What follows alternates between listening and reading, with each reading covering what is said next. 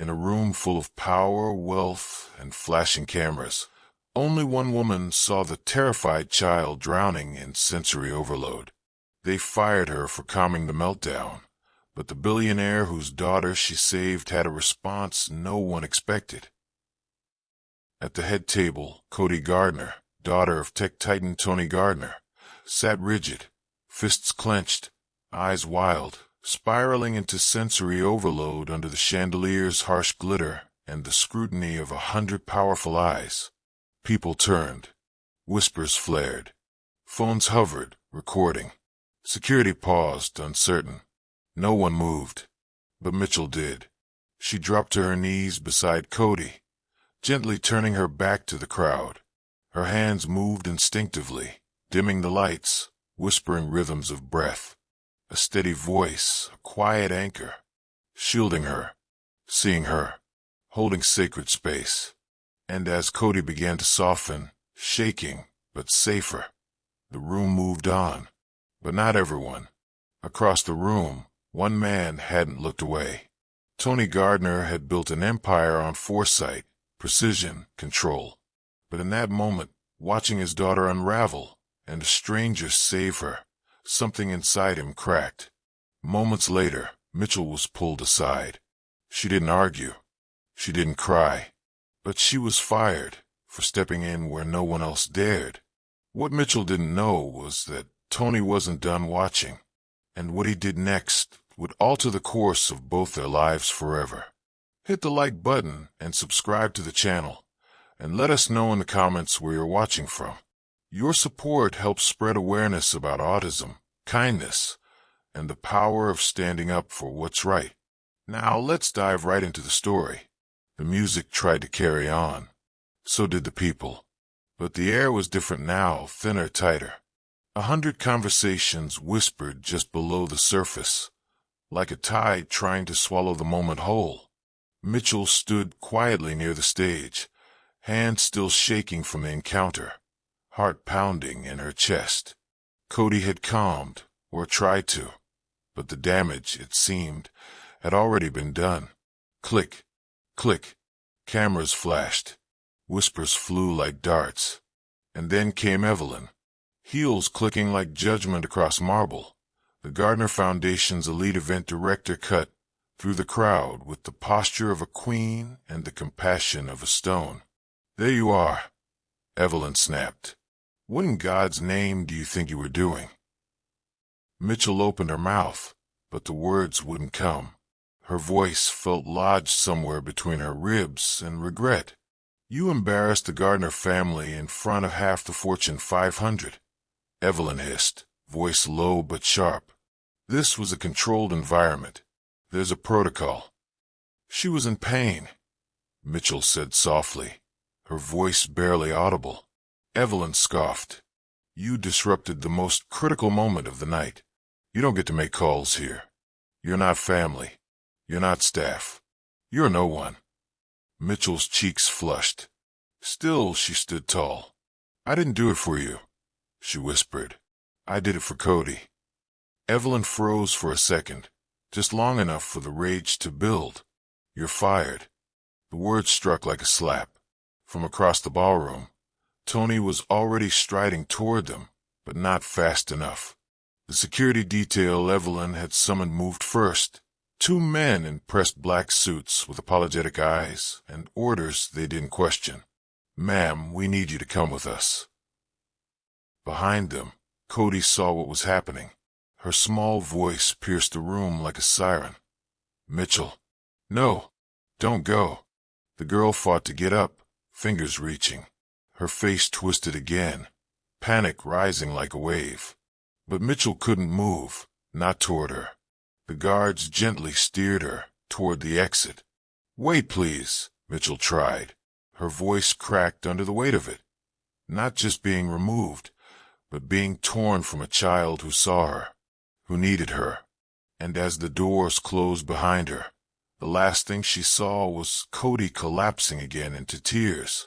Outside, the night air was cold. Mitchell stood on the pavement, arms wrapped around herself, her breath visible in the dark. "God," she whispered inside, Was I wrong to step in? Was kindness a mistake? She looked up at the stars, searching for something. Peace, maybe. An answer. Her heart ached in a way she couldn't explain. The Lord is close to the brokenhearted, she recalled from Psalm 34, verse 18. Still, tonight, she felt far from everything. Then a black car pulled up beside her. The back door opened slowly, and the man inside said, "Get in." The black car door swung open like an invitation and a challenge. Mitchell blinked at the man inside. Sharp suit, sharp eyes, but softer now somehow. Weathered. "Get in," Tony Gardner said again. Not an order. Not quite, but close. She hesitated. Everything in her body was still shaking. Not from fear, but the emotional whiplash. Inside, she was still standing on that ballroom floor, absorbing the sting of Evelyn's words, the look on Cody's face. I don't know if I should," she managed.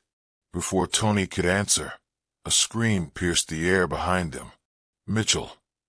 Cody had broken through a distracted line of security. Her tiny gold shoes hit the pavement hard as she ran, arms wide and face soaked with tears. Mitchell barely had time to kneel before the child flung herself into her arms, burying her face in her shoulder like it was the only safe place left on earth. Tony stopped cold. Something inside him cracked wide open. He'd seen Cody melt down in meetings, on planes, even at home, and no one, not one specialist, not one elite therapist, had ever made her feel like this, like she wasn't broken, like she was held. His jaw tightened. The ballroom doors burst open again. Evelyn stepped out, fuming and confused. "Sir, I had no choice." She undermined protocol and... "Stop talking," Tony said, voice like steel. Evelyn froze. "You embarrassed my daughter in front of the world, and you punished the only person who treated her like a human being instead of a liability. But Mr. Gardner, you're dismissed, effective immediately." Gasps rippled through the growing crowd. A few phones were lifted. Cameras flashed. Mitchell turned her face away. Tony knelt down beside them. "She doesn't let anyone touch her when she's melting down," he said quietly, watching Cody cling to Mitchell's shirt. "But she let you in." Mitchell looked at him, still stunned. "I want to hire you," he said. "Not as staff. Not to follow charts and protocols and behavior plans. I want you to be Cody's support aide. Her person." "Me?" Mitchell's voice cracked. Tony nodded. "You understood something most people miss entirely. Autism isn't a problem to fix. It's a world to enter." Mitchell's heart pounded. "I'm not trained. I didn't even finish college. I don't need credentials. I need someone who listens, who sees her." She looked down at Cody, still gripping her hand like a lifeline. Part of her whispered, "This isn't your world. This is too big, too rich, too everything." Another voice, deeper, still and small, whispered, "This is what you were made for." Cody pulled back, just enough to whisper, "Please stay." Mitchell felt tears fill her eyes. She looked at Tony. "Okay. Yes." Just like that, her life turned. But even she couldn't guess what would be asked of her next. The black SUV curved through the iron gates like it belonged there. Mitchell sat in the back seat, still gripping Cody's hand, still unsure if this was real life or some strange detour in a dream. The Gardner estate rose ahead like a glass cathedral. Not cold, but still, quiet in a way that made you whisper. Wide windows, open air, power built into the walls like it had always lived there. Mitchell stepped out slowly. Cody stayed close, her small hand tight in hers. Inside, the house was still, not in a peaceful way, in a lonely way. "Welcome to our chaos," Tony said, walking ahead. He sounded like a man used to apologizing for something he couldn't fix. He led her upstairs to Cody's room, or what looked like one. Muted lighting, soft textures, white noise humming faintly. The space was clearly designed with care. A sensory swing hung in one corner, weighted blankets folded neatly, picture schedules on the wall. Mitchell scanned the room, noting every detail. It was beautiful, but it was missing heart. "She won't sleep here," Tony said quietly. "Usually ends up on the hallway floor or under my desk." Mitchell crouched beside Cody. "Is that true, baby?" she whispered. Cody just nodded and leaned against her. Tony ran a hand through his hair and sighed. "I've hired the best therapists, consultants, designers. Every book says something different. None of it works. I don't," he paused, voice catching. "I don't know how to help her." Mitchell looked up at him. He looked tired, not just from lack of sleep, but from years of trying and never feeling like enough. "She doesn't need perfect," Mitchell said gently. "She needs presence, consistency, safety." Tony blinked, like maybe no one had ever said that before. For the rest of the afternoon, Mitchell stayed close to Cody, not instructing, not fixing, just watching. She noticed how Cody's eyes darted at sudden noises, how she flinched at the color red, how she relaxed when soft music played. By evening, Cody had pulled Mitchell into her teepee tent and let her read a story aloud, a small miracle, according to Tony, who stood in the hallway watching, stunned. "She's never let anyone in there," he murmured. Mitchell looked up. "She knows when someone sees her." He nodded slowly, eyes still on his daughter. "You're not what I expected." Mitchell smiled softly. "Neither is she." Later that night, as the house dimmed and Cody fell asleep with her hand curled around Mitchell's, she whispered a quiet prayer. "Lord, I didn't ask for this, but you put me here. So help me love her the way you love us, unconditionally, patiently, without fear." Tony watched from the doorway, and for the first time in years, he didn't feel helpless. He felt hope. The first Monday morning felt like stepping into a minefield. Cody stood at the front door in socks, clutching her stuffed bunny like a lifeline. Her backpack rested on the floor. Her eyes were wide, unmoving. Tony hovered behind him, unsure whether to speak or disappear. "She knows it's a school day," Mitchell whispered, crouching down. "I thought she liked school," Tony said. "She likes routine," Mitchell said softly. "But transitions, that's a different story." She turned back to Cody. "Can we make a plan together? You go to school, and I'll wait outside with your favorite snack when it's done. Deal?" Cody hesitated. Mitchell didn't push. She just offered her hand, open, patient, steady. Slowly, Cody placed her tiny fingers in hers. That morning, they got to school late, but they got there without screaming or panic. Tony watched it all in quiet awe. Day after day, Mitchell helped Cody navigate things he'd always assumed were just hard. A loud fire alarm. She had headphones ready. A substitute teacher. She prepped Cody with a photo and a 5-minute script. Every meltdown, every fear, Mitchell treated like a puzzle to understand, not a fire to extinguish. And Tony, he started taking notes. "What's the deal with transitions?" he asked one night in the kitchen. Mitchell looked up from slicing strawberries. "It's not about the change. It's about the surprise of the change. Her world is full of sharp edges. Surprises hurt." Tony nodded slowly. "And when she throws things, she's overwhelmed, not misbehaving. Her brain is shouting in a language we were never taught to speak." He leaned against the counter, arms crossed. "How did you learn this?" She paused. "By listening." Then, more quietly, "And praying." Tony's brow furrowed. "You think God cares about all this? About meltdowns and earplugs and bunny toys?" She smiled gently. "More than we know. He knit her together, every synapse. Every sound she hears louder than we do. He's not asking her to be normal. He's asking us to love her well. He didn't have a response, just respect. Over the next few weeks, the mansion began to feel less like a glass museum and more like a home. Cody giggled more. She asked questions. She reached for Tony without flinching. One night, after Cody had fallen asleep curled against her weighted blanket, Tony and Mitchell sat out on the balcony. The sky stretched wide and black above them. "She called me Daddy today," Tony said, not in a panic, just soft. Mitchell smiled. "She's starting to feel safe." He looked at her. "So am I." The silence held. There was nothing romantic. Not yet. Just two people learning to rebuild the world for someone they both loved. Mitchell looked down at the city lights and whispered, almost to herself, "You're doing good, Dad."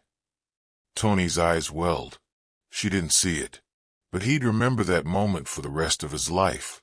It started with a blurry video. Someone at the gala had recorded it.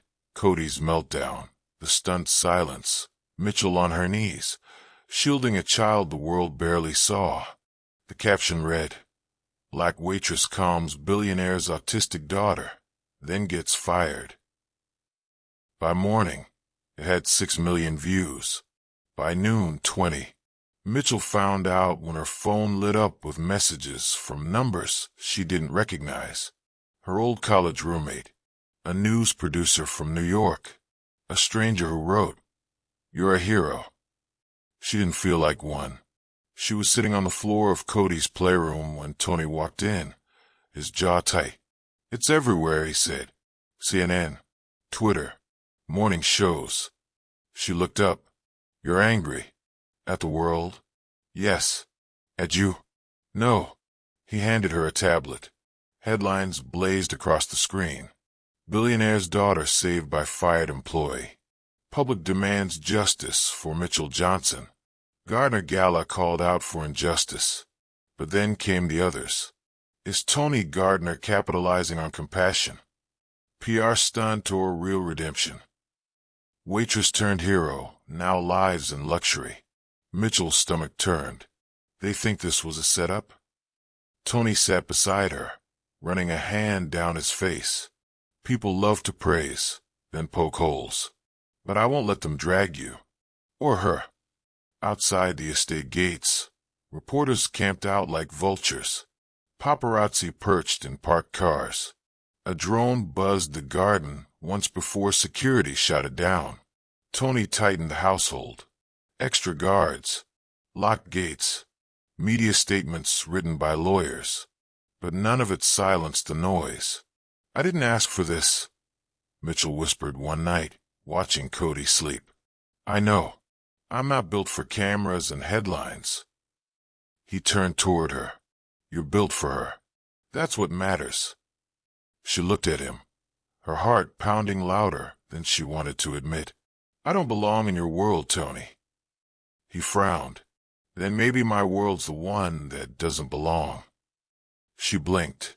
He stood, walked toward the window where the flashes flickered outside like lightning. "You taught me that Cody doesn't have to change who she is to be loved. Maybe neither do you." His voice was low, but it hid something in her, something buried under years of being overlooked, passed over, underestimated. "People like me," she said slowly, "don't usually end up in places like this. Not without losing something." Tony turned, his eyes steady. "Then we'll make a place where you don't have to." Outside, the reporters shouted questions into the dark. Inside, Cody stirred in her sleep and murmured, "Mitch, stay." Mitchell's hand trembled as she brushed a curl from the girl's forehead, and quietly, so only God could hear, she prayed, "Lord, I don't need fame. I don't want fortune. Just help me protect this child and not lose myself doing it." She didn't see Tony watching, but he heard every word. The auditorium hummed with the quiet chaos of school programs, parents finding seats, teachers rushing backstage, the smell of crayons, and too much hairspray. Tony sat in the second row, stiff in a navy suit that suddenly felt too formal. Beside him, Mitchell knelt in front of Cody, her voice soft and rhythmic. "You've got your bracelet," Mitchell whispered, holding up the blue fidget spinner they'd dubbed her bravery token. "You've practiced your line, and I'll be right here the whole time. Just breathe." Cody nodded, clutching her stuffed bunny beneath her dress. But the lights dimmed too fast. The microphone crackled. A balloon popped backstage. Cody froze. Her lip trembled. Eyes darted. Her hands went to her ears. "It's too loud," she whispered. Tony stood instinctively, unsure what to do. But Mitchell didn't move. She stayed kneeling, steady as stone, breathing deeply in front of Cody until the girl mirrored her. One breath, then another. Then, braver than anyone in the room, Cody took a shaky step onto the stage. She didn't say all her words. She forgot half the song. But she stood there, in front of everyone. And when she finished, Tony didn't even realize he was crying until Mitchell slipped a tissue into his hand without a word. After the event, they sat outside the school on the hood of his car. Cody had fallen asleep in the back seat, bunny still in hand. "She did it," Mitchell whispered. "She did," Tony said, his voice thick. "Because of you." Silence settled between them, heavy but full. Tony looked over, his expression unguarded. "I tried so hard to fix everything, but you just loved her where she was." Mitchell shrugged softly. "She made it easy." Tony reached for her hand, then stopped. "Mitchell, I know there are a million reasons why I shouldn't say this, but I can't pretend anymore." She looked up. "I'm falling in love with you."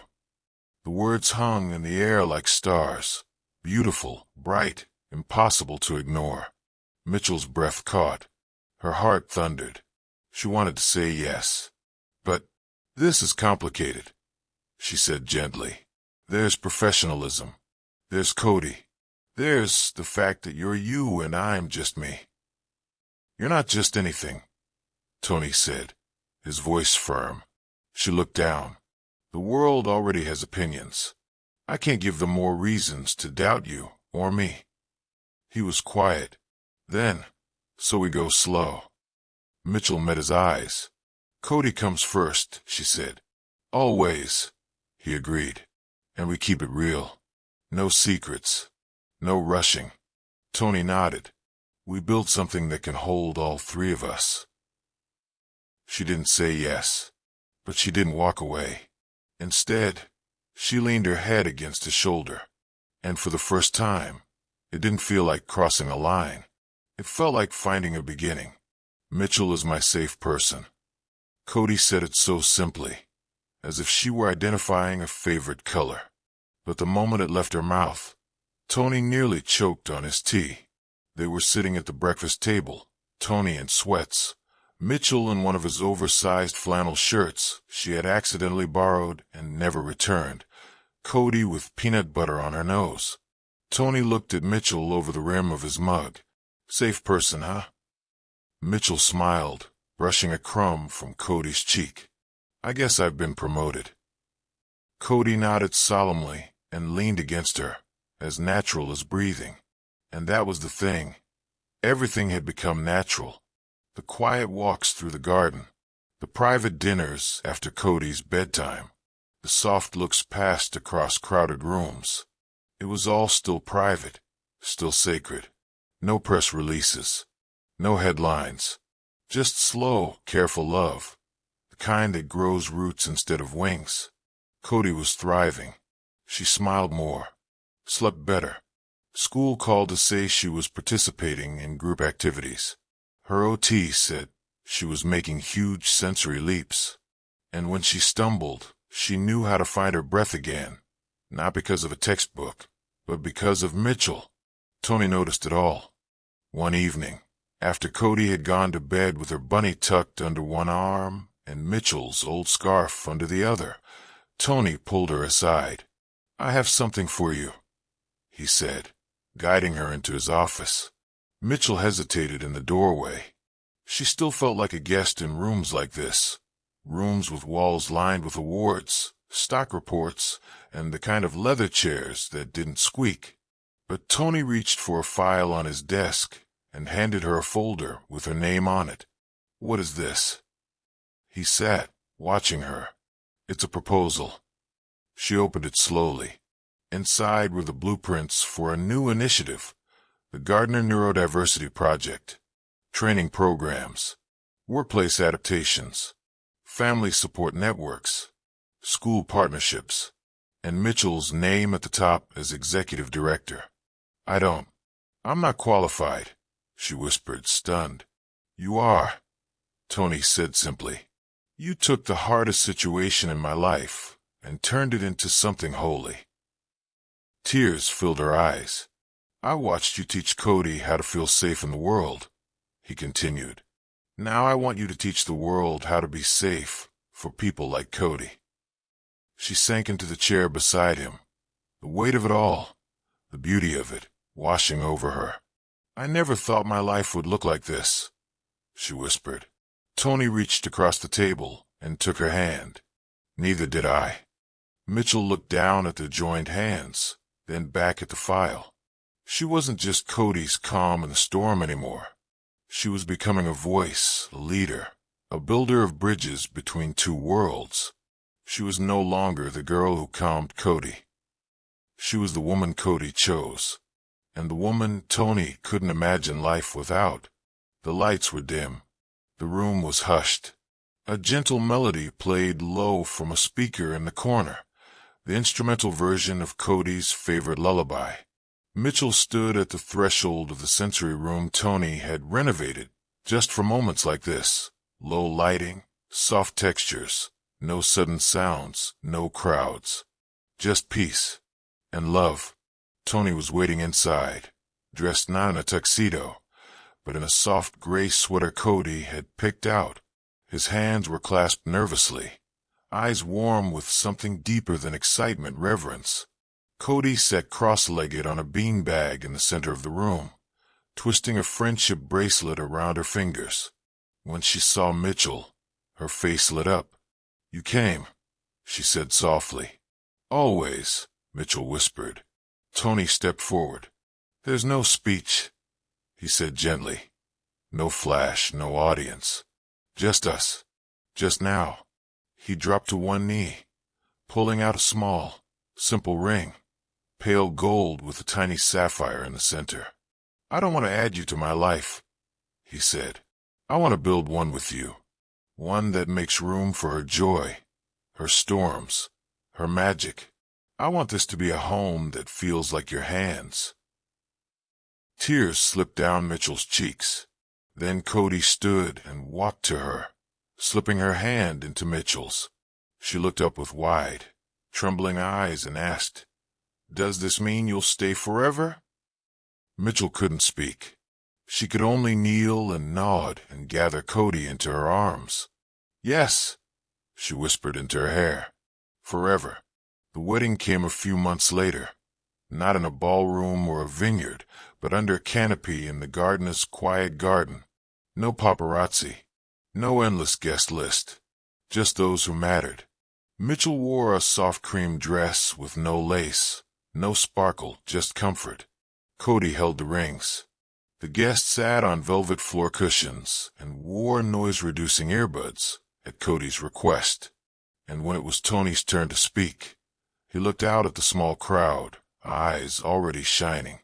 "Most people saw a girl kneeling on the floor of a gala," he said. "I saw someone who refused to walk past pain, someone who didn't wait for permission to do what was right." He looked at Mitchell.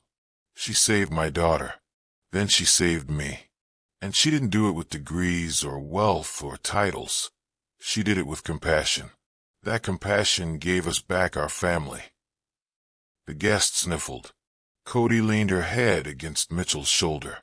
When it was Mitchell's turn, she held the mic with shaking hands. "I was once fired for helping a child breathe," she began. "I thought that was the end of my story." She looked at Cody. then at Tony. But that moment gave me everything I didn't even know I was allowed to dream of. She paused. A family, a purpose, a love that doesn't just survive storms, it builds homes in them. She stepped back, tears slipping freely now. And somewhere in the quiet, Cody whispered, "This is my safe place." And now it was theirs, forever. If this story moved you, like, share, and subscribe, and may God bless every heart that chooses to do the right thing, even when no one is watching.